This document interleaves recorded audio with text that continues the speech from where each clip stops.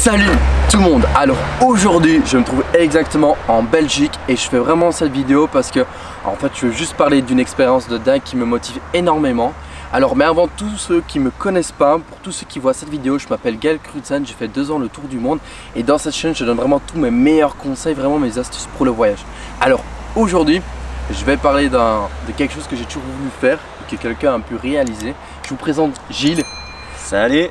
Alors Gilles a fait, juste pour vous dire, de la Belgique jusqu'en Mongolie en voiture avec cette voiture qui se trouve justement derrière nous.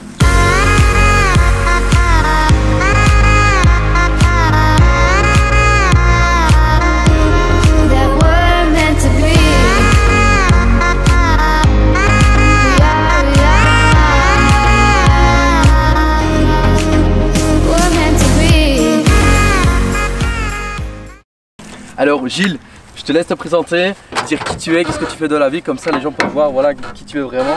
Ok, voilà, Gilles, comme vous le savez, je suis électricien. J'ai beaucoup voyagé, donc en Europe, en Australie. Et puis voilà, j'ai acheté cette bagnole juste pour voyager. Et un jour, j'ai décidé d'aller jusqu'en Mongolie avec. Voilà, donc j'ai appelé mon pote, je lui ai un peu présenté le projet et directement il a dit ok, on prend la caisse et on va jusqu'en Mongolie. Waouh, c'est dingue. Ouais, c'est dingue. Ça me donne envie de le faire. En tout cas, ouais. Alors, moi j'ai vraiment des questions à te poser par rapport à ton voyage. C'est, voilà, tu me dis que c'est quelque chose que tu as toujours voulu faire. Est-ce que c'est depuis ton enfance ou bien pourquoi la Mongolie en fait? En réalité, ça faisait quelques années, j'avais vu un reportage sur la Mongolie et ça m'a vraiment donné envie de voyager en Mongolie parce que c'était des grands espaces, des déserts et j'adore les routes, donc je me suis dit voilà, j'ai vraiment envie d'aller là-bas avec ma voiture et juste voyager dans le pays quoi. Waouh, c'est dingue. Vas-y, je te laisse présenter ta voiture. Voilà la Lada. Ok. On dit que c'est une Jiguli. Ok. Elle est super confortable, c'est vraiment comme 2 divans à l'avant et à l'arrière. Alors tu peux voir là, tu avais nos chambres. Chambre 1, chambre 2 là-bas. Tu as la salle de bain dans la boîte à gants, la cuisine à l'arrière. Vas-y, montre-moi. On va aller voir la salle de bain. Tu as la salle de bain ici, dans la boîte à gants. Alors la cuisine à l'arrière. Tu vois, on faisait 2 lits comme ça. Là, tu vois, on se couchait comme ça. C'était ultra confort. Mon pote se couchait là. Voilà, c'est vraiment juste top quoi. Et c'est quoi le nom de la voiture? Elle a pas vraiment de nom, mais ouais, ça s'appelle une Jiguli quoi. Ouais, elle est bien, elle est bien. Et alors le coffre, ici c'est là où tu as la cuisine alors? Le coffre c'est là qu'on mettait tous les vêtements, donc le coffre était vraiment rempli de vêtements. Ouais. Et alors ici, tu avais tous les bidons, tu vois, bidon d'eau, bidon d'huile, bidon d'essence. Sur le toit, on avait 4 pneus de secours, non 5, on avait pris 5 pneus de secours, plus des chaises, plein de trucs. On était vraiment chargé quoi. Alors j'ai vu que tu as plein de petits dessins sur ta voiture, c'est ça, à l'avant ou quoi? Ouais, malheureusement, il y en a plein qui se sont effacés, mais tu vois, tous les gens qu'on croisait, ils voulaient écrire des choses, donc c'est un moment, c'était vraiment rempli de petits mots. Et que ce soit les gens qu'on rencontre ou les gars aux frontières, voilà, tout le monde voulait écrire. D'ailleurs, c'était ça qui était sympa, qui nous a sauvés aussi aux frontières, c'est que les gars, ils voulaient juste écrire sur nos voitures des petits mots. Et voilà. Ta voiture, c'est une histoire qu'on peut lire dessus, quoi. Ouais, clairement, ouais.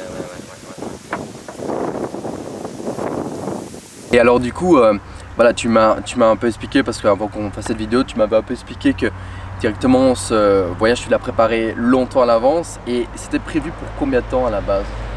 Alors le voyage à la base devait se faire en 45 jours, ouais, plus ou moins. Donc de la Belgique jusqu'en Mongolie. Voilà, donc on avait organisé tous nos visas pour les 45 jours. Et au bout du compte, ça a pris 70 jours. Donc on s'est retrouvé avec des visas périmés et tout ça, toute une histoire. Voilà. Parce que chaque fois que tu rentrais dans un pays, tu devais chaque fois faire un visa en fait? Après la Turquie, à chaque pays quasiment, on devait avoir besoin d'un visa. Donc on a eu besoin d'environ une dizaine de visas pour tout le voyage. Ok, mais alors tu m'as dit que tu n'as pas réussi à avoir tous ces visas alors? on a fait appel à une agence pour faire tous les visas parce que c'était très compliqué d'obtenir 10 visas en 3 mois. Alors, parce que voilà, quand tu vas dans une ambassade, ils te disent par exemple, oui, ben, il faut attendre 2 semaines. Et après, tu vas dans une autre ambassade, ils te disent, ouais, il faut attendre 3 semaines.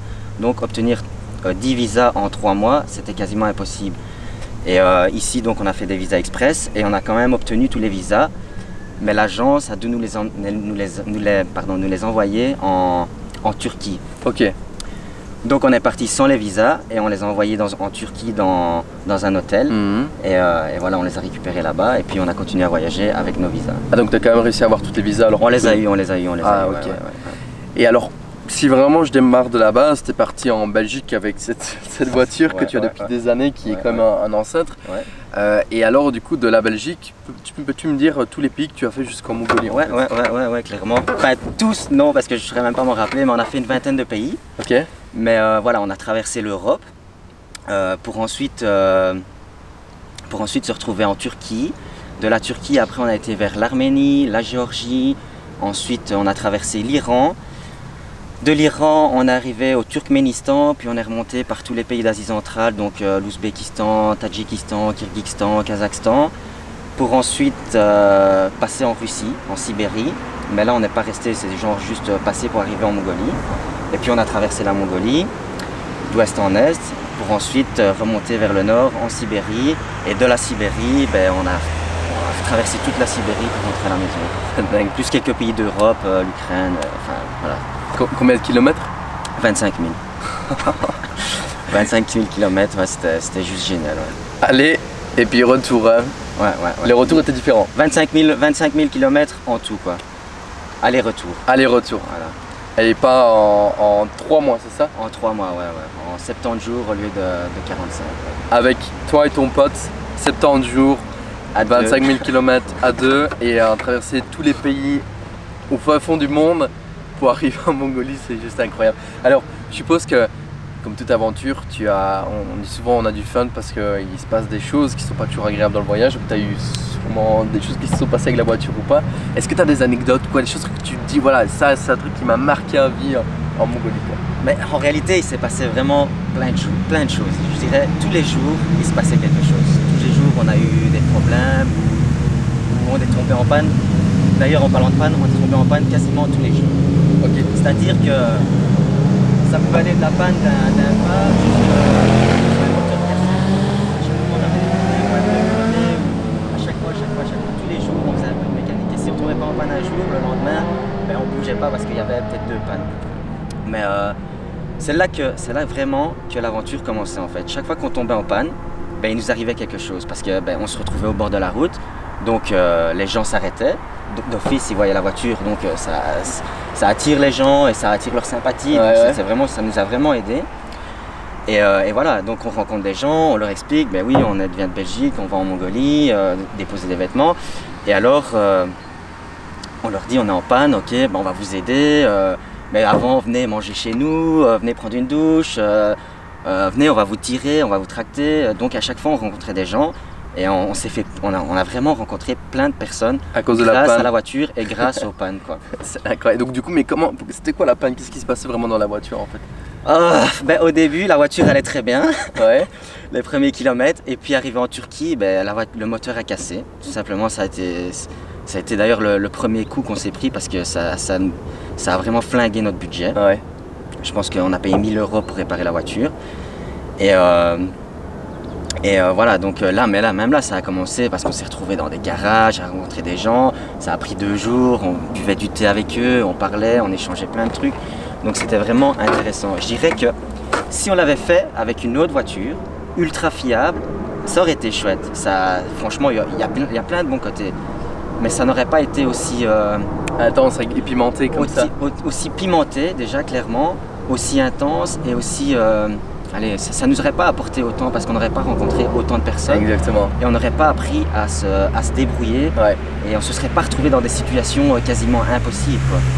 Donc, je suppose que comme toute galère, au moment même, tu n'en rigoles pas et tu te dis putain encore, ça m'arrive, enfin, désolé du gros mot. Mais par après, ben, je crois que c'est la première chose que tu vas dire à tout le monde quand tu as fait ton voyage, c'est qu'il s'est passé tout ça, quoi. Mais franchement, parfois, on tombait en panne. on se disait au début, on se disait oh merde, on est en panne. Mais avec Arnaud, donc mon pote, on prend les choses plus ou moins à la rigolade, mais quasiment tout le temps en fait. Donc on rigolait, on était coincé au bord de la route. Et en fait, on était quand même juste heureux d'être là parce que c'était le voyage. On savait que ça faisait partie du voyage, on savait que ça allait arriver. Et donc ça ne nous dérangeait pas plus que ça, quoi. Mais c'est vrai qu'à la fin, vers la Sibérie, la voiture était vraiment en panne. Et il n'y avait plus moyen de la réparer, personne ne savait nous aider. Donc pendant 4-5 jours, on est resté au même endroit et là, on commençait à avoir certaines tensions. D'ailleurs, parfois, enfin, ce qui est sympa avec mon pote, c'est que quand on se dispute, on se tape pas dessus ou on s'engueule pas, c'est juste qu'on reste chacun de notre côté et on se parle pas s'il faut pendant 4-5 heures. Et après, on se retrouve et on rigole et on se dit bon, allez, on va démarrer, on va trouver comment ça va et voilà. Donc, ça c'est bien. Mais alors, du coup, je peux m'imaginer, l'Ukraine, le Kyrgyzstan, tout ça, c'est des pays où il n'y a quasi rien, enfin pas rien, mais je veux dire c'est des grandes plaines, des grandes étendues où il n'y a presque pas d'habitation des fois. Et si tu étais en plein milieu d'un désert ou quoi, comment tu faisais? Parce que là il n'y a plus de locaux, quoi. Mais c'est là que ça devient aussi intéressant parce qu'on avait toujours de l'eau sur nous. Donc ça on le savait, il faut absolument avoir de l'eau. Ça ouais. On avait un cooker et on avait un gros sac de riz. Donc on n'allait pas mourir de faim quoi qu'il arrive. Et puis voilà, une fois on est tombé en panne en Mongolie, à la sortie d'une ville, on venait de faire réparer la voiture. Donc on est reparti et on est tombé en panne genre 40 km plus loin. Mais entre deux villes en Mongolie, tu avais plus de 500 km, quoi. Donc nous voilà sur le bas-côté en panne, mais vraiment une grosse panne, le moteur cassé. Et là, on attend parce qu'il n'y a pas le choix. Je veux dire, on va pas la pousser, on ne sait plus rien faire, on est coincé. Donc, sur la route qui arrive. Voilà, on attend. Avec la voiture qu'on a, on sait très bien que quelqu'un va venir nous parler. Ouais. Et donc voilà, on n'a pas dû attendre très longtemps. On n'a jamais dû attendre très longtemps à chaque panne. Et là, il y a un gars qui arrive et il nous dit ouais, faites quoi? On lui dit on vient de la Mongolie, enfin on est en Mongolie et on va plus loin, mais on est en panne. Et on va à Ulan-Ude, la capitale. Non, qu'est-ce que je raconte? C'est Ulaanbaatar, la capitale de la Mongolie. Et il nous dit ouais mais ça va, je vais vous tracter jusque là. Avec quoi? Avec sa voiture. Lui il avait une grosse voiture, c'était un jeune comme ça, avec deux de ses potes. Il dit mais ça va, je vais vous tracter jusqu'à Ulaanbaatar, pardon. Mais on lui dit mais non, tu vas pas nous tracter, c'est 400 km, quoi. Plus de 440 km, quelque chose comme ça. Il dit c'est complètement impossible, c'est trop dangereux et on va être crevé, ça va pas être possible. Il dit si, on va vous tracter. Et du coup il va dans sa voiture, il revient avec une corde. Une corde? Une corde, ouais, une corde de traction, de tractage, peu importe. Et il l'accroche à la voiture et il dit allez on y va hein, les gars. On lui dit je sais pas, en Belgique, quand tu tractes une voiture, s'il y a 40 km, tu loues un plateau, enfin on le ferait jamais quoi. Ouais. Et du coup nous voilà partis 400 km comme ça, les pieds sur le frein, à être super attentif parce que s'il freine, on lui rentre dedans. Donc tu peux le faire pendant 20 minutes, rester concentré, mais pendant 400 km, à du 50 km/h, ça fait 8 heures de route. Wow. Du coup on se dit ok, ce type est complètement fou et nous aussi avec au bout du compte. Et finalement on l'a fait quoi, il nous a déposés jusque là. Incroyable. C'était super fatigant parce que ça demandait énormément de concentration. Ouais. Mais bon c'était sympa quoi. On s'est arrêté dans les restaurants, dans les yurts restaurants, les petits restaurants typiques. Et donc on les a invités à manger, et voilà, juste payer le carburant. C'est génial. Ouais c'était sympa. C'est vraiment comme je dis toujours quand on voyage sur le... C'est pas l'aspect d'aller toujours dans un hôtel, mais le fait de, comme il dit, de rencontrer des locaux et de vivre des expériences incroyables, ça met du piment et ça c'est des choses que personne ne peut acheter, il faut vraiment le vivre pour voir ce que tu as vécu.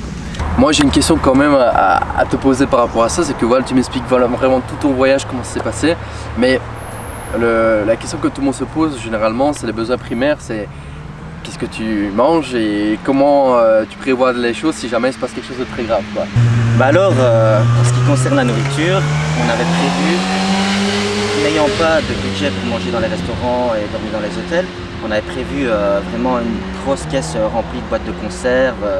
On avait aussi des rations de l'armée qu'un pote nous avait fournies. Ouais. On était franchement bien équipés, un gros sac de riz et un cooker. Donc à chaque fois on cuisinait en bord de route et voilà, donc ça nous a rien coûté en nourriture, quoi.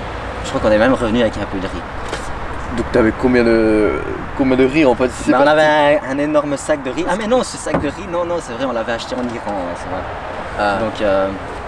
Donc voilà, à ce niveau-là, on n'a pas trop dépensé d'argent et on a su subvenir à nos besoins très facilement, quoi. Ça. À ce niveau-là, on était bien organisé. pour la bouffe, le riz tous les jours et ça allait. Ouais, et alors du coup, vous avez, je suppose, des bidons d'eau à l'arrière. On avait 4-5 bidons accrochés sur la galerie arrière. Donc il y avait de l'eau, de l'huile, de l'essence. Parce que j'allais dire, pour les kilomètres, t'as pas toujours des stations partout. Ouais, on avait toujours un bidon d'essence rempli au cas où. Ouais. Et alors, pour revenir à la nourriture, ce qu'on faisait souvent, c'est le matin, étant donné qu'on passait les petits villages, il y avait souvent des petits marchés ou des petites échoppes où ils vendaient des produits frais, pardon. Et donc on achetait voilà, des légumes, du pain qui venait d'être fait. C'était vraiment, on mangeait local quoi, en réalité, frais et local. Donc voilà, c'était bien. Du coup, par pays que tu rencontrais, chaque fois tu avais vraiment ton plat que tu voyais le matin qui changeait. Bah disons pas vraiment parce que c'était souvent la même chose, c'était souvent des légumes parce que les gens sont pauvres. On a traversé beaucoup de pays pauvres, donc les gens se débrouillaient un peu comme ils voulaient, comme ils savaient, et certains avaient des petits potagers, et donc ils se mettaient en bord de route et ils vendaient leurs fruits et légumes, et donc nous, ça nous arrangeait parfaitement bien, donc on s'arrêtait, on prenait ça, et voilà, pour quelques pièces, on avait des fruits et des légumes frais, quoi. Et ça, c'était top. Et pour dormir, parce que quand je vois ta voiture, je me dis, voilà, alors je suis quand même pas, je suis pas petit, je suis pas grand non plus, mais tu dormais en tente, comment ça se passe? Alors il faut savoir que la caisse est vraiment ultra confortable. Franchement, on dirait pas comme ça, mais c'est des vieux sièges, c'est comme des divans. Alors on avait deux solutions pour dormir, le siège à gauche et le siège à droite, ou alors la majorité du temps on dormait dans la voiture, ou alors on dormait par terre. Par exemple, on prenait chacun une roue, on mettait un tapis, un oreiller et on dormait par terre dans les pays chauds. Ou alors on dormait en tente, ça arrivait plusieurs fois, mais peut-être 2 ou 3 nuits. Ou alors on dormait chez l'habitant. Et ça c'était vraiment, c'était le mieux. Le confort, quoi. Ouais. Et puis t'as clairement c'était pas une question de confort parce qu'on n'était vraiment pas l'optique d'aller dans des trucs confortables. Je veux dire, nous on était très contents avec une carpette par terre et on n'avait même pas de matelas. Comme moi quand je voyage, quoi. Voilà, vraiment sans confort, zéro, quoi. Pour nous le confort c'était l'inconfort. Donc voilà. Mais chez l'habitant c'est juste génial. Voilà, tu rencontres des gens. Des gens qui ont la main sur le cœur, comme jamais. Et particulièrement en Iran. Je pense que sur une semaine en Iran, on a dormi peut-être 4-5 fois chez l'habitant, quoi. Et ils nous ont pas laissé le choix, quoi. On était en voiture, on roulait, ils s'arrêtaient à côté de nous et ils klaxonnaient et ils disaient oui, vous avez besoin de quoi, vous avez besoin d'argent, à manger, vous venez dormir à la maison. Et c'était tout le temps en permanence en Iran. Parfois on roulait sur une 2 bandes, mais ils faisaient une file pour nous dépasser et pour klaxonner et nous demander si on avait besoin de quelque chose. C'est fou. Et ça c'était vraiment fou. Et à la fin ça devenait même trop parce que c'était tout le temps, quoi. Même quand on dormait parfois sur le bord de la route, quelqu'un venait frapper, oui vous avez besoin de quelque chose. Ça venait de bon cœur, hein, mais en Iran les gens peuvent pas, c'est très difficile pour eux de quitter l'Iran, donc quand ils voient des voyageurs ça leur permet de voyager en réalité. Et donc ils sont tout de suite là, oh, ça va, oui, qu'est-ce qu'on peut faire pour vous? Et à ce niveau-là, c'était une super expérience, l'Iran. Et par rapport à tous ces pays-là, niveau sécurité, comment ça s'est passé? Parce que, on va dire, c'est des pays pauvres aussi, je veux dire, on n'est pas aussi en Europe. Nous, on n'a pas eu de problème, pas du tout. Donc voilà, je ne vais pas dire que c'est des pays dangereux, et je ne vais pas dire qu'ils ne sont pas dangereux, mais je pense que c'est comme partout. À mon avis, si tu vas dans certains endroits, ça peut le devenir. Mais voilà, nous on n'a pas eu un seul problème et au contraire on a été à chaque fois agréablement surpris et très particulièrement en Iran. Franchement c'était le coup de cœur à ce niveau-là. Tous les pays que tu as fait, c'est vraiment l'Iran qui t'a marqué le plus. C'est le coup de cœur, les gens nous ont aidés, mais il nous arrivait des trucs. On a rencontré un gars qui nous a aidés et il nous a dit j'ai mon prof d'anglais qui donne cours à des filles dans une école de filles. Ça vous dirait de venir donner cours d'anglais aux filles, donc on dit ouais, on est là, ça ne nous dérange pas, au contraire ça va être sympa. Et voilà qu'on se retrouve à donner cours dans une école de filles, mais on peut même pas être là, quoi, c'est interdit, quoi. Et ouais, c'était juste sympa, quoi. C'était juste l'échange. Voilà, c'était vraiment chouette. Ouais.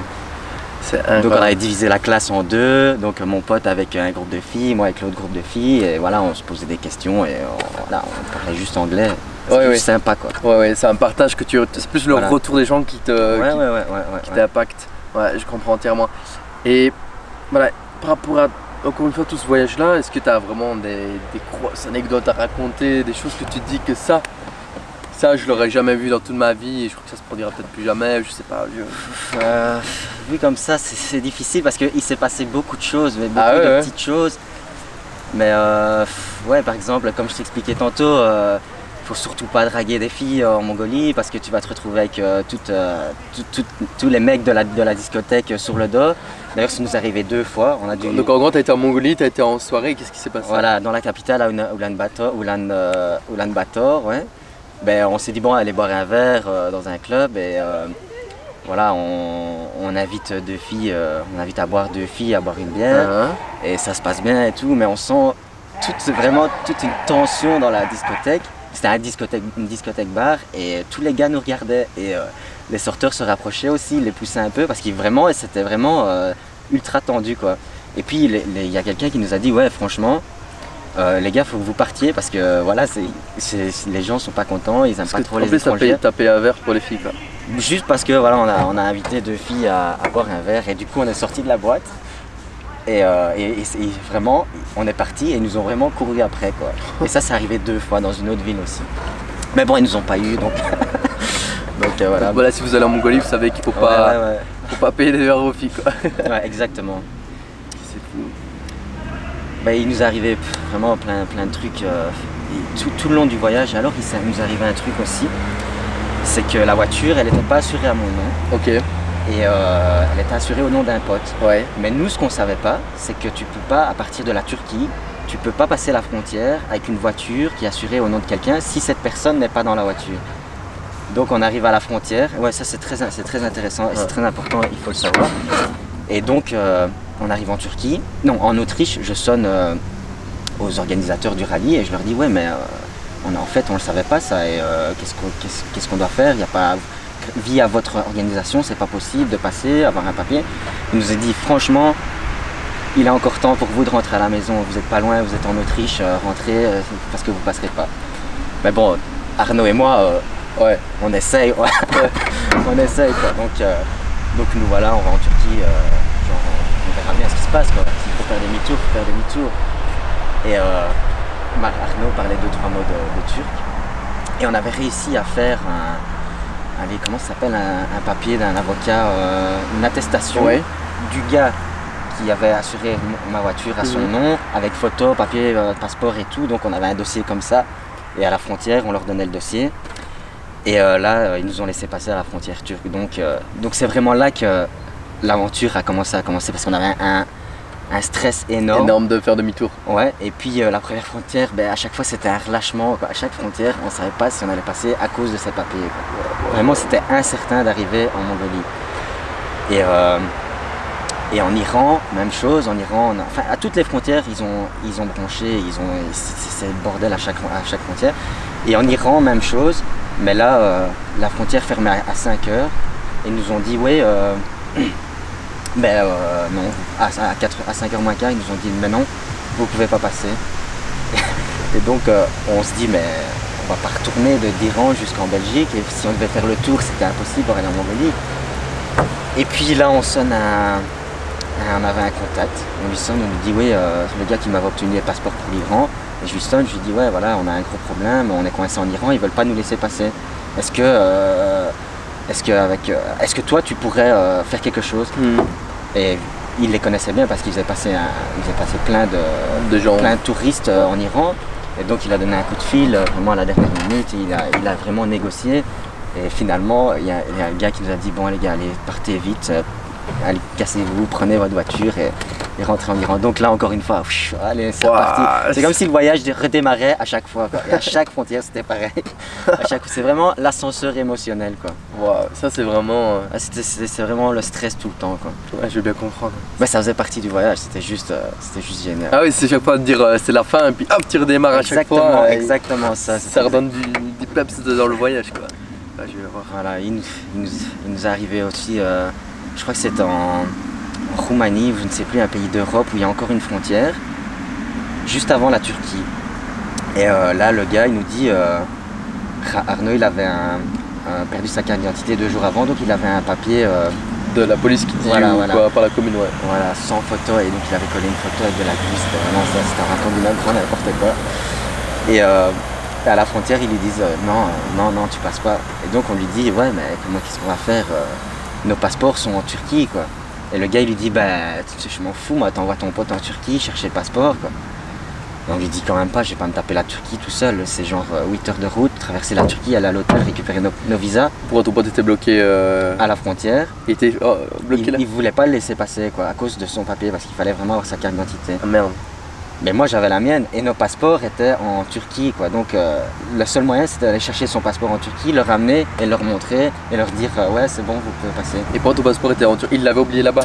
Non, parce que pour obtenir nos visas ça a pris plus de temps que prévu, donc on avait demandé à notre agent d'envoyer les visas en Turquie, dans un hôtel. Ouais. Et du coup ben voilà, j'ai pas eu le choix, j'ai dû me taper je sais pas combien d'heures de route, j'ai été rechercher son passeport. Et je suis revenu.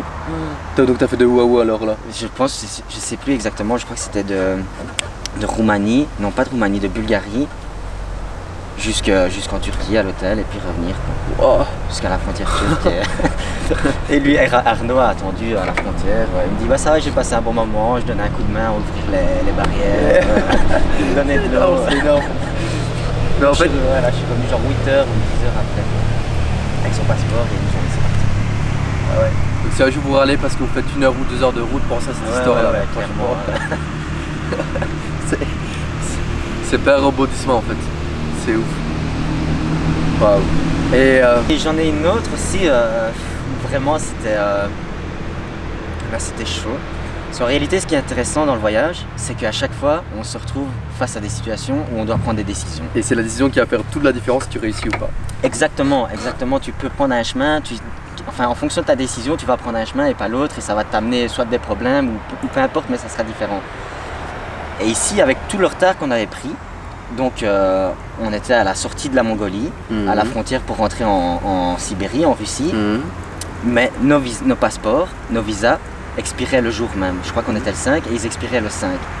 Donc nos visas pour rentrer en Russie expiraient le 5, et on devait rentrer en Russie pour rentrer à la maison. Et donc nous voilà face à la frontière et on se regarde, on dit qu'est-ce qu'on fait? Si on rentre, notre visa expire directement, donc on va se retrouver en situation illégale dès le premier instant où on sera en Russie. Ouais. Et on se dit la Russie c'est chaud, voilà. Ouais. Et ou alors on fait demi-tour, on retourne en Mongolie, à la capitale qui se trouve à genre 6 heures de route. On va au consulat, on demande un visa, ça va prendre 2 semaines, 3 semaines, on n'en sait rien. Et donc on va devoir rester là, dépenser de l'argent dans la capitale et attendre pour un visa qu'on n'obtiendra pas et on aura 3 semaines de retard. Donc c'est assez compliqué. Donc là il faut prendre une décision, soit on fait quelque chose de légal, on retourne, on obtient notre visa, ou alors on rentre en Russie et on se retrouve en situation illégale. Bon, vu qu'on aime bien l'aventure et prendre un peu de risque, on se dit on se regarde, on dit allez on va passer en Russie, on va au moins essayer, tout en se disant que au guichet ils vont nous dire oui mais vous savez que votre visa expire aujourd'hui quoi, vous allez rentrer, vous êtes supposé faire demi-tour directement et ressortir par la même frontière étant donné que la frontière la plus loin elle a au moins un jour de route, donc ça n'a aucun sens de faire ce que vous faites quoi les gars. Ouais. Et donc arrivé au guichet après 4-5 heures de fil dans la frontière, la femme je lui apporte les passeports et les papiers de la voiture. Je vais à la frontière, je lui apporte les passeports et elle me dit ouais mais vos visas ils expirent aujourd'hui, pourquoi vous sortez, vous rentrez directement? On lui dit ouais on va rentrer directement, vous inquiétez pas quoi. Bon elle dit allez, on n'avait jamais vu ça, mais ok passez les gars, allez-y. Et voilà, là on se retrouve en situation illégale en Russie, avec des passeports expirés. Et on se dit qu'est-ce qu'on fait? Si on se fait arrêter, on va avoir des problèmes, des amendes, on ne pourra plus venir, on va être banni pendant 2-3 ans. Donc on s'est rendu directement au consulat. Le lendemain, on a passé une nuit, puis le lendemain on a dit on va régler ça, parce que s'ils voient qu'on est de bonne volonté, ils vont se dire ok on va les aider quand même. C'est ça.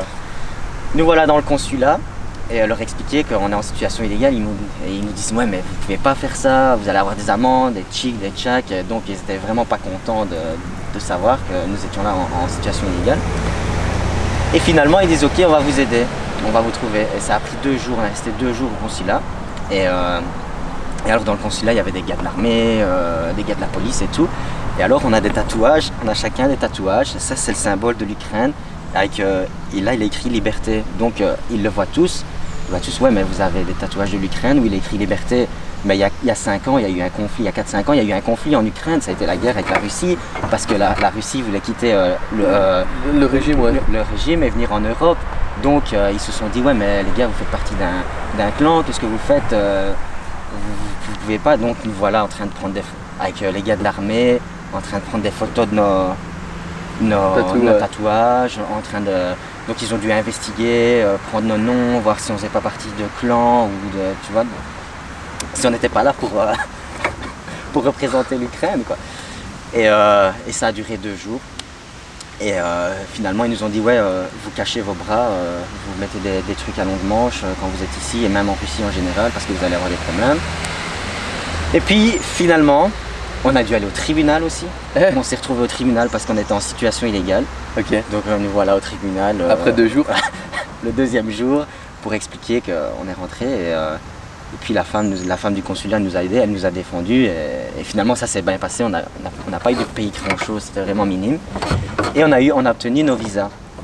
Mais on a obtenu un visa de genre 2 semaines je crois. Non 10 jours. Une extension de 10 jours. Mais de Ulan-Ude jusqu'en Ukraine, 10 jours, c'était même pas assez. Donc, c'était juste reporter le problème, quoi. Donc voilà, on a dû repartir jusqu'à Moscou et c'était un problème sans fin en réalité. Et du coup, vous avez le même problème à Moscou ou comment ça s'est passé? À Moscou, on a été au consulat, on leur a dit... En fait, ils nous ont envoyés à Moscou, ils nous ont dit allez à Moscou régler vos problèmes. Et à Moscou, on leur explique. Et ils nous disent ouais, maintenant, vous avez déjà obtenu une extension, on peut pas en faire 2. Donc on dit ouais mais comment est-ce qu'on va faire, c'est pas possible. Et la seule solution c'était de prendre l'avion, quitter le pays et revenir avec un visa. Donc là Arnaud il est rentré parce qu'il devait travailler, ça faisait 70 jours qu'on était sur la route, il avait blindé de retard pour son boulot. Et moi je suis rentré à Bruxelles et j'ai directement été déposer mon visa pour obtenir un visa en express. Je l'ai obtenu et j'ai repris l'avion et je suis retourné à Moscou. Pour reprendre la voiture. Voilà exactement. La voiture qui était dans un état pas possible, il n'y avait plus de carreaux, plus d'essuie-glace, elle roulait sur 3 cylindres. Les gens avaient... Non, mais après le voyage, tu sais, le voyage dans le désert, dans les rivières, dans les montagnes. Donc tu as traversé quand même des rivières, des montagnes avec cette voiture. Ou des routes où il n'y a même pas de goudron en fait. Ouais. Les routes où il n'y a pas de goudron, mais c'est vraiment ça, c'était vraiment le kiff, quoi. Les routes où il n'y a pas de route, c'est aussi pour ça qu'on voyageait, quoi. Mais ouais, des routes, c'était vraiment terrible, quoi. Et après tout ça, une fois que tu es revenu chercher ta voiture, tu es rentré en Belgique et puis tout a été ou... Ben, ça a été retour à la vie réelle, mais retour à la société actuelle, quoi. C'est ça. Je veux dire, on vivait dans un monde où voilà, dans des pays sous-développés, avec une autre culture. En voyage, sans contrainte, on était libre et puis ben voilà, on est rentré en Belgique et forcément c'est retour à la réalité. Et, voilà, le lendemain tu dois aller travailler, c'est pas sympa du tout. C'est notre histoire quoi. Mais bon, on avait le cœur rempli en fait, vraiment on s'en souviendra toute notre vie quoi, c'était vraiment incroyable. En tout cas moi, ce que tu m'as dit là, c'est... Enfin moi je suis quelqu'un qui adore les expériences et je trouve que c'est le plus important dans la vie. Et moi ça me donne tellement envie de faire la même chose et après j'espère pas d'avoir les mêmes problèmes que toi même si c'est marrant de le dire par après mais moi je crois que si des gens voient cette vidéo là, je crois que tu vas impacter pas mal de gens qui voudraient se lancer, peut-être faire d'autres voyages comme ça. Ben franchement je leur conseille quoi, c'est juste parfois on a un rêve et on se dit oh non c'est bien, on fait des recherches sur Google, on passe des nuits à chercher des choses et on rêve d'aller à un endroit, on rêve de faire quelque chose. Et avec le temps, ce rêve, il disparaît, il se dit ouais mais non c'est vrai, l'année passée je pensais à ça, mais ça demande trop d'argent, ça demande trop de temps, je peux pas quitter mon boulot. Mais en réalité, c'est juste une idée qu'on se fait. Si vraiment tu as un rêve, si vraiment tu as envie de faire quelque chose, des études ou un voyage ou quoi que ce soit, ou même t'acheter un skateboard, eh ben, tu mets tout en place pour le faire. Tu gardes ton focus sur ton rêve et tu te dis voilà, pour arriver à ça, pour arriver à faire ce que j'ai envie de faire, eh ben, je dois mettre plein de choses en place. Parfois, quand c'est un rêve énorme comme celui-ci, c'est vrai, il y avait plein de choses à mettre en place et ça a demandé du temps, mais on les a faites une par une et au bout du compte, on a vraiment fait ce qu'on voulait faire et on ne regrettera jamais. Et c'était juste 70 jours dans une vie, c'était rien du tout. Ok, ça a coûté un peu d'argent, mais... C'est vrai, t'as fait plus que ce qu'une personne n'aurait peut-être jamais fait peut-être en 10 ans de sa vie, quoi. Ben ouais, et puis l'important, c'est vraiment de faire ce qu'on a envie de faire. Et vraiment, je conseille à tout le monde, c'est quand on a un rêve, c'est d'essayer de le réaliser, quoi. C'est de le réaliser. Et c'était ton rêve, c'est d'aller en Mongolie, et tu l'as fait. Ouais. Okay. Et alors, le but du voyage, en réalité, en fait, à la base, c'était juste partir en Mongolie, à deux, pour les routes et pour le pays et pour le voyage. Mais après, je me suis dit, mais attends, on va pas aller en Mongolie, traverser leur pays, prendre des photos d'eux et puis se barrer, quoi. Je veux dire, c'est pas correct. Faut qu'il y ait un échange, faut qu'on participe à quelque chose. Donc on s'est dit, bah alors, on va récolter des vêtements chauds. Donc via les réseaux sociaux, on a récolté un tas de vêtements chauds, mais on en avait trop. Genre, on avait plein de sacs poubelles. D'ailleurs, on n'a pas su tous les prendre parce que ça rentrait pas dans la voiture. Mais on a rempli un maximum. Genre, on en avait 10 ou 11 sacs poubelles. On a rempli le coffre de vêtements chauds, voilà, pour vraiment des trucs chauds pour enfants, majoritairement. Et alors, voilà ce qu'on a fait, on a été jusqu'en Mongolie. Et dans les steppes, dans le désert, on a été, quand on voyait une yourte, souvent elles étaient par une, deux ou trois, par famille. Donc on allait, on s'arrêtait devant et on se présentait. Donc d'office ils sortaient parce qu'ils nous entendaient et on se présentait, on disait voilà, on vient de Belgique, on a traversé la moitié du monde pour venir vous déposer, vous donner des vêtements chauds. Okay. Donc on ouvrait le coffre, on mettait un grand tapis sur le sol devant la yourte et on ouvrait les sacs et on mettait tous les vêtements par terre, quoi. Et on leur disait voilà, vous prenez juste ce qu'il vous faut, ce que vous avez besoin. Ouais. Donc ils venaient avec les enfants et alors c'était super génial parce qu'ils avaient tout le sourire et tout. Ouais, on essayait avec les enfants. Ok, ça t'ira bien, vas-y, prends-le, c'est bon. C'est l'approche vraiment différemment, quoi. Ouais. Alors eux, ils nous donnaient du thé en échange, puis on parlait, enfin on essayait de communiquer. On avait toujours un carnet sur nous pour communiquer, où on écrivait, on faisait des dessins. D'ailleurs, ce carnet, il a une valeur énorme parce que si tu tournes les pages, tu as des dessins, tu as des poèmes, tu as des numéros de téléphone, ça raconte tout un voyage, quoi. C'est vraiment, je le jetterai jamais, quoi. Et alors voilà, on donnait les vêtements, mais ils ont jamais exagéré, quoi. Ils ont juste pris 2-3 pièces et ce qu'ils avaient besoin. Bon, sans doute parce qu'ils n'ont pas non plus beaucoup de place, mais aussi parce que voilà, ils sont pas dans l'exagération et ils restent corrects. Et donc après on remballait tout et on partait rouler 1 heure ou 2, trouver un autre camp et on disait voilà, on a des vêtements, salut. C'est fou. Au début ils étaient un peu, tu vois, ils étaient un peu, allez, comment je peux dire, peur de devoir arriver au... Ouais, voilà, ils avaient peur qu'on soit là pour leur vendre des vêtements parce qu'ils nous disaient non, on n'a pas d'argent, mais on leur disait on n'est vraiment pas là pour l'argent, on est vraiment juste venu pour vous déposer des vêtements, quoi. Ouais. Et après, là d'office le contact, la glace se brise et voilà, là tu partages un moment. Et comment t'as fait en fait pour communiquer avec tous ces gens-là? Enfin moi j'ai voyagé dans pas mal de pays et je sais bien que tout le monde parle pas en anglais. Et après tu as le contact gestuel et tu essaies de faire comprendre avec les gestes, mais je suppose qu'en Mongolie, surtout quand tu as été dans les yurts ou quoi, comment t'as fait pour te faire comprendre en fait? Voilà, ou ton histoire en Russie par exemple. C'est difficile, mais surtout dans ces pays parce qu'il y a quasiment personne qui parlait anglais, vraiment quasiment personne. Donc le seul moyen de communiquer c'était avec les gestes ou avec des dessins. Donc on avait tous les deux un petit carnet en poche en permanence avec un bic et ça nous permettait de communiquer via des dessins. Donc d'ailleurs si tu regardes le carnet, c'est vraiment génial parce qu'il y a plein d'histoires. Si par exemple il nous fallait une pièce pour la voiture, on essayait de dessiner la pièce tant bien que mal et puis on la montrait aux mécaniciens, quoi, ou aux personnes qu'on croisait dans la rue. Et voilà, alors parfois les gens écrivaient des poèmes dans notre carnet, des numéros de téléphone ou eux-mêmes faisaient des dessins.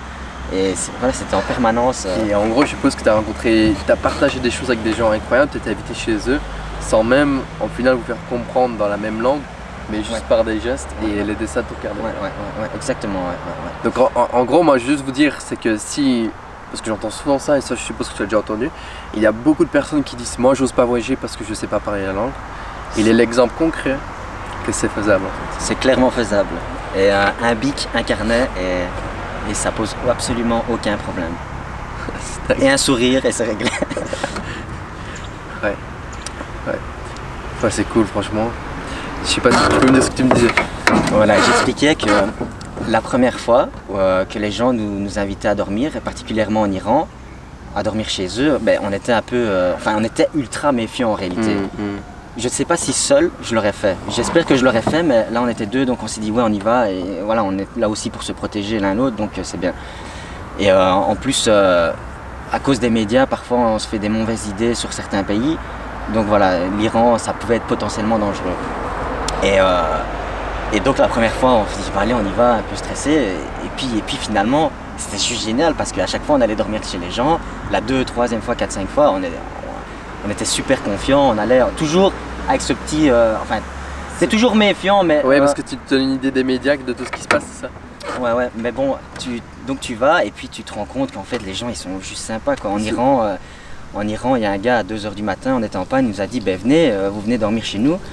Et sa femme et son cousin, et la femme de son cousin étaient là, et ils nous ont dit ben, il est 2 h du matin, on va vous faire à manger. Donc voilà, ils nous ont fait à manger. Premièrement, ils nous ont dit vous prenez une douche parce que vous êtes dégueulasses les gars, et on mange pas comme ça. Et donc on s'est lavé, puis ils ont préparé la table, mais c'est même pas la table parce que on mange par terre là-bas, donc ils avaient mis une carpette. Et donc on s'est tous assis là par terre et on a mangé, c'était super bon, on a échangé des choses, et c'était vraiment sympa. Puis ils nous ont dit ouais tu dors là. Puis le gars il nous a même dit oh non je dors avec vous, donc il a pris un... parce que voilà c'était notre pote, il dit non moi je dors avec mes amis, sa femme elle lui dit tu vas pas dormir avec eux, si c'est mes amis, je reste près d'eux, donc voilà on dormait là par terre dans le salon, c'était un énorme tapis quoi, et donc ça c'était sympa. Et en Iran on a dormi plein de nuits chez les gens comme ça, ils nous hébergeaient, ils nous disaient oui vous venez à la maison et c'est tout, on vous aide, ils nous ont même demandé vous voulez de l'argent, vous voulez quelque chose, dites-nous vous avez besoin de quelque chose, on vous le donne. Et ça c'était vraiment sympa. Et on a dormi aussi en Mongolie, ça c'était sympa aussi. Dans une yourte? On n'a pas dormi dans une yourte malheureusement, mais on voulait vraiment, mais finalement voilà, c'est pas fait. Mais on a été dormir chez un gars, parce qu'on était en panne, et il était là, tous les mécaniciens sont là avec les gens du village, tout le monde était là, donc et nous il réparait la voiture, donc on était là aussi. Et il y a un gars qui nous dit ouais mais votre voiture elle sera réparée que demain, donc je vous invite à dormir à la maison quoi. Et donc c'est sûr nous on y va direct parce que c'est vraiment ce qu'on cherche dans le voyage, et on s'est retrouvé chez lui. Alors il nous dit bon on va boire de la vodka, il prend sa bouteille de vodka, il nous met des petits shots de vodka, d'ailleurs on a vidé la bouteille, mais on n'était pas sous mais on avait juste chaud, puis il nous fait de la soupe, sa femme nous fait de la soupe. Puis il nous a fait boire du lait de jument fermenté, c'est naturellement pétillant et c'est légèrement alcoolisé, donc on buvait ça à la tasse. Et alors il nous a fait manger du fromage fermenté depuis 1 an, c'était super dur, c'était super bon, moi j'aimais bien, ça ressemble à du parmesan. Et alors il nous a même mangé de la viande aussi, il nous expliquait que la vache il l'avait tuée il y a 1 an et tout, et que maintenant on continue à la manger. On était un peu... mais on a quand même tout mangé, et alors c'était super bon, c'était super bien. Et au matin, il nous dit, ouais, au matin il se lève, il nous resserre du lait de jument fermenté directement, c'était alcoolisé quoi, donc direct au matin, boire de l'alcool. Ah oui, ça va vite dans le pays de l'Est. Donc moi ce que j'ai compris en fait, c'est que c'était à la base un concours d'aller en Mongolie. Donc c'était un genre de... Vous étiez plusieurs sur la route à vous suivre. C'est qui a lancé en fait ce concours, et c'est comme ça que l'idée t'est venue de te dire ok bah, je le fais maintenant, c'est ça en fait? Voilà, en réalité c'était pas un concours, mais c'était un rallye de charité. C'est-à-dire que c'est une organisation qui organise des stages, des rallyes à travers le monde. Et ici le but c'était d'amener par exemple un bus ou une ambulance ou une grosse camionnette, et après en faire une donation pour les écoles, pour les hôpitaux, ou peu importe. Et donc voilà, c'est comme ça qu'on a trouvé ça. On s'est dit, ben oui, on va pas aller en Mongolie pour rien, on va participer à quelque chose. Okay. Et en même temps, l'argent de l'inscription permettait de développer le système scolaire et les hôpitaux en Mongolie. Okay. Voilà. Et alors du coup, vous étiez combien à démarrer? Est-ce que tout le monde arrive à destination aussi? On était une dizaine de véhicules, ouais. et je ne saurais même pas te dire si tout le monde est arrivé, mais en général, il y a un tiers des participants qui arrivent. Et vous connaissez entre vous quand vous avez démarré ou quoi? Non. En principe, oui, parce qu'on fait une réunion avant, mais nous, on n'a pas su participer parce que c'était en Suisse, et on bossait, et puis on n'avait pas eu le temps. Mais, ouais, mais parfois sur la route, on se croisait, juste par hasard, et on s'entraidait, et donc voilà, donc ça c'était assez sympa. Ok. Et c'est comment le nom du groupe? C'est le Mongol Charity Rally. Ok, Mongol Charity Rally. Ok, super. Tu veux... Gilles, je te remercie énormément pour ce partage parce que moi tu me boostes d'un truc de fou que tu t'imagines même pas. Moi ça m'a souri jusqu'ici de voir quelqu'un qui vit une expérience de dingue et de voir des choses que moi je n'ai pas encore pu vivre dans ces pays-là. Mais maintenant que tu as raconté toutes ces histoires, comment, voilà, c'est quoi le conseil que tu pourrais donner aux gens qui voudraient faire la même chose que toi, qui te voient justement derrière cette caméra? Et je te laisse d'abord répondre par rapport à ça. Le conseil que je pourrais donner, c'est premièrement, comme je le disais tantôt, si vous avez un rêve, juste réalisez-le. Et ça c'est en général. Et après, si on parle plutôt du voyage en lui-même, c'est n'organisez pas trop le voyage. Ne vous dites pas ouais, on va aller dans cette ville à telle heure, puis le lendemain à cette ville. Juste donnez-vous un point A et un point B et dites-vous voilà, l'objectif c'est d'aller de là à là. Et puis plein de choses vont se passer et tous les jours vous changerez de route. Exactement. Et prenez des décisions sur le tas et ça va vraiment mettre plus de fun dans votre voyage. Exactement. Et maintenant que tu as fait ce voyage-là, comment tu vois ta vie maintenant et qu'est-ce que tu penses faire? Je veux dire, c'est quoi la prochaine étape? C'est quoi les prochains objectifs? Ben, pour l'instant, j'ai pas vraiment d'objectif de voyage parce que je pense plutôt construire ma vie professionnelle. Mais voilà, c'est certain, je vais voyager, je vais repartir, je sais pas encore. Voilà. Alors, merci tout le monde pour tous ceux qui ont vu cette vidéo là. J'espère que ça a vraiment pu vous plaire et vous donner surtout l'envie de vous surpasser et de faire des voyages extraordinaires comme Gilles l'a fait. Alors c'était Gilles et son pote Arnaud, mais qui est pas l'un, qui ont fait justement cette aventure en Mongolie qui est juste incroyable à mes yeux. Pour moi c'est une des personnes, voilà, qui m'a marqué aujourd'hui dans ma vie. Et en tout cas, si un jour vous voyez cette vidéo là, que vous avez un de vos amis qui serait intéressé de justement faire une aventure ou que vous pouvez lui partager ces vidéos, eh ben, mettez-la sur les réseaux sociaux, partagez-la autour de vous. Gilles, je vous mettrai son contact directement dans la vidéo, vous pourrez directement lui parler si vous avez des questions à lui poser. En tout cas, c'est un grand plaisir pour vous les amis. On se suit pour la suite. À bientôt. Ciao. Ciao.